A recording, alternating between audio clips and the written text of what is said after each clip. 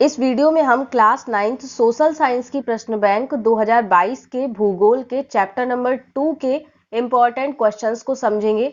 इससे पहले मैंने जो वीडियो बनाया था चैप्टर नंबर 2 का, उसमें मैंने चैप्टर नंबर 2 के सारे क्वेश्चंस को समझाया था। यहाँ पर मैं आपको केवल इम्पोर्टेंट क्वेश्चंस बताऊंगी और केवल उन्हें ही समझाऊंगी। आपके एग्जाम में इस चैप्टर से 3 नंबर का एक क्वेश्चन आना है, तो देख लेते हैं आपका कौन कौन सा इसमें इम्पोर्टेंट क्वेश्चन है। एक आपका इम्पोर्टेंट क्वेश्चन है, भारतीय मरुस्थल के निर्माण के मुख्य कारणों को लिखिए। मतलब भारतीय मरुस्थल का निर्माण कैसे होता है। तो देखिए, भारतीय थार का मरुस्थल का विकास भी वर्षा में कमी के कारण हुआ है। वर्षा के अभाव में प्राकृतिक वनस्पतियों का विकास नहीं हो पाता है और धरातल के ऊपरी परत का विखंडन शुरू होता है और धीरे धीरे यही अनाच्छादन संपूर्ण बालू के ढेर में परिवर्तित हो जाता है। देखिए, भारतीय मरुस्थल का निर्माण वर्षा में कमी के कारण होता है। वर्षा में कमी के कारण प्राकृतिक वनस्पतियां नहीं उगती हैं। जब पानी नहीं बरसेगा तो प्राकृतिक यानी पेड़ पौधे भी नहीं उगेंगे। तो वर्षा में कमी के कारण प्राकृतिक वनस्पतियां नहीं उग पाती है, जिसकी वजह से धरातल की ऊपरी परत धीरे धीरे विखंडित होने लगती है, यानी टूटने लगती है और वह टूटते टूटते बालू के ढेर में परिवर्तित हो जाती है। इस प्रकार भारतीय मरुस्थल का निर्माण होता है। फिर आपका अगला इंपॉर्टेंट क्वेश्चन है, भारतीय द्वीप समूह का सविस्तार वर्णन कीजिए। तो भारत में 2 द्वीप समूह हैं, एक तो लक्षद्वीप, दूसरा अंडमान और निकोबार द्वीप समूह। लक्षद्वीप क्या है? केरल के मालाबार तट के समीप लक्षद्वीप स्थित है। द्वीपों का यह समूह छोटे छोटे प्रवाल द्वीपों से बना है। सन 1973 में इसका नाम लक्षद्वीप रखा गया। फिर अंडमान निकोबार द्वीप समूह में आपको लिखना है, यह बंगाल की खाड़ी में उत्तर से दक्षिण की तरफ फैले द्वीपों की श्रृंखला है। यह द्वीप समूह आकार में बड़ी संख्या में बहुल तथा बिखरे हुए हैं। यह द्वीप समूह मुख्यतः 2 भागों में बटे हैं, उत्तर में अंडमान और दक्षिण में निकोबार।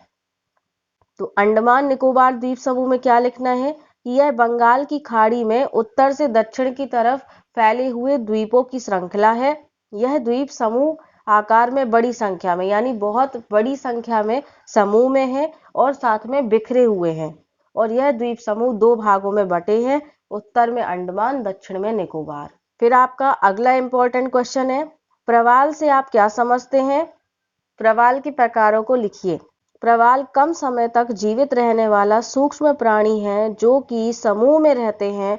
इनका विकास छिछले और गर्म जल में होता है। तो प्रवाल क्या होते हैं? ऐसे सूक्ष्म प्राणी या ऐसे सूक्ष्म जीव जो कम समय तक जीवित रहते हैं और समूह में रहते हैं। इनका विकास छिछले और गर्म जल में होता है। अब प्रवाल के प्रकार, तो प्रवाल 3 प्रकार के होते हैं, प्रवाल रोधिका, तटीय प्रवाल भित्ति और प्रवाल वलय द्वीप। अब आपको इसका एक एग्जाम्पल दे देना है, तो ऑस्ट्रेलिया का ग्रेट बैरियर रीफ प्रवाल रोधिका का अच्छा उदाहरण है। ठीक है। फिर आपका इसमें अगला इंपॉर्टेंट क्वेश्चन है, खादर और बांगर में अंतर लिखिए। तो खादर पुराने जलोढ़ अवसादों के निक्षेप से निर्मित उच्च भू आकार को बांगर कहते हैं। बाढ़ का नवीन जलोढ़ मिट्टी से निर्मित निचले भाग को खादर कहते हैं। फिर ऊंचाई के कारण बाढ़ का जल यहाँ तक नहीं पहुंच पाता। बांगर में ऊंचाई के कारण बाढ़ का जल नहीं पहुंच पाता है, जबकि खादर में संपूर्ण भूमि पर बाढ़ का प्रभाव रहता है। ठीक है, क्योंकि ये निचली जगह पर बनते हैं। फिर आगे आपको लिखना है, बांगर की मिट्टी कम उपजाऊ होती है और खादर की मिट्टी उपजाऊ होती है। फिर बांगर का विस्तार पंजाब व उत्तर प्रदेश में अधिक पाया जाता है। खादर का विस्तार पूर्वी उत्तर प्रदेश, बिहार, झारखंड और पश्चिम बंगाल में है। फिर इसका एक अंतर ये भी है कि इसे पुरातन जलोढ़ मिट्टी कहा जाता है और इसे नवीन जलोढ़ मिट्टी कहा जाता है। फिर आपका अगला इंपॉर्टेंट क्वेश्चन है, दोआब से आप क्या समझते हैं? निर्माण की प्रक्रिया को समझाइए। तो दोआब एक फारसी शब्द है जिसका मतलब पानी होता है। दोआब शब्द वस्तुतः 2 शब्दों दो और आब से मिलकर बना है, जिसका अर्थ है 2 नदियों के बीच का क्षेत्र।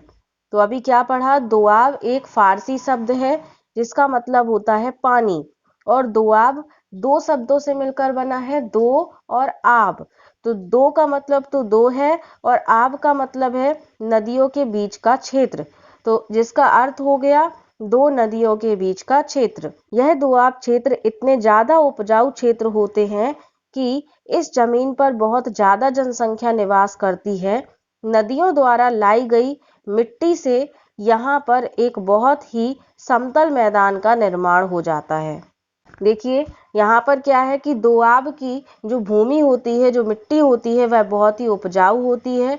अब उपजाऊ होती है यानी वहाँ अच्छी खेती हो सकती है, इसीलिए वहाँ पर बहुत अधिक मात्रा में जनसंख्या भी निवास करती है। नदियों द्वारा लाई गई मिट्टी से यहाँ पर एक बहुत ही समतल मैदान का निर्माण होता है। अब इसके निर्माण की प्रक्रिया को देख लेते हैं। जब दो नदियों के द्वारा बहाकर लाई हुई मिट्टी, गाद, यह सब किसी निश्चित जगह पर आकर निक्षेपित होने लगती हैं, निक्षेपित का मतलब होता है जमा होने लगती हैं, तो एक समतल मैदान का निर्माण होता है। यह समतल मैदान ही दोआब कहलाता है। समझ लीजिए, जब दो नदियां अपने साथ बहाकर मिट्टी, गाद ये सब लेकर आती हैं और एक किसी जगह पर आकर के उसे जमा कर देती हैं, ठीक है ना, और वहां पर समतल मैदान का निर्माण हो जाता है, तो यही समतल मैदान दोआब कहलाता है। उदाहरण गंगा यमुना का मैदान, सिंधु झेलम का मैदान, ये इसके एग्जाम्पल हो जाएंगे।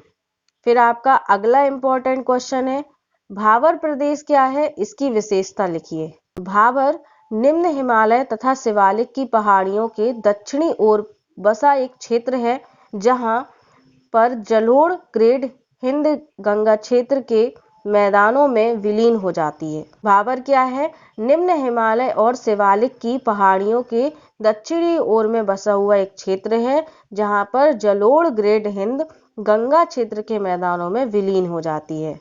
फिर आगे लिखना है, यह क्षेत्र शिवालिक की तलहटी से सटा हुआ है। शिवालिक पर्वतमाला के 8 से 16 किलोमीटर की संकीर्ण पट्टी में जब पूर्व से पश्चिम की ओर बहने वाली नदियां अपने साथ कंकड़ पत्थर को लाकर उस संकीर्ण पट्टी में जमा कर देती हैं, तो उसे भाबर कहते हैं। अब भाबर की विशेषताएं देख लीजिए। भाबर क्षेत्र में नदियों का ठहराव नहीं होता है। पहाड़ों से उतरकर नदियां एक सक्रिय पेटी में कंकड़ और बजरी जमा करती हैं। तीसरा, यह शिवालिक पर्वतमाला के समांतर स्थित है। फिर आपका अगला इंपॉर्टेंट क्वेश्चन है, पूर्वी तटीय मैदान भारत के पूर्वी तट के साथ स्थित है और इसे बंगाल की खाड़ी के द्वारा धोया जाता है। तो पूर्वी तटीय मैदान क्या है, भारत के पूर्वी तट पर स्थित होते हैं और इन्हें बंगाल की खाड़ी के द्वारा धोया जाता है। इसी प्रकार से पश्चिमी तटीय मैदान भारत के पश्चिमी तट पर स्थित है और इन्हें अरब सागर के द्वारा धोया जाता है।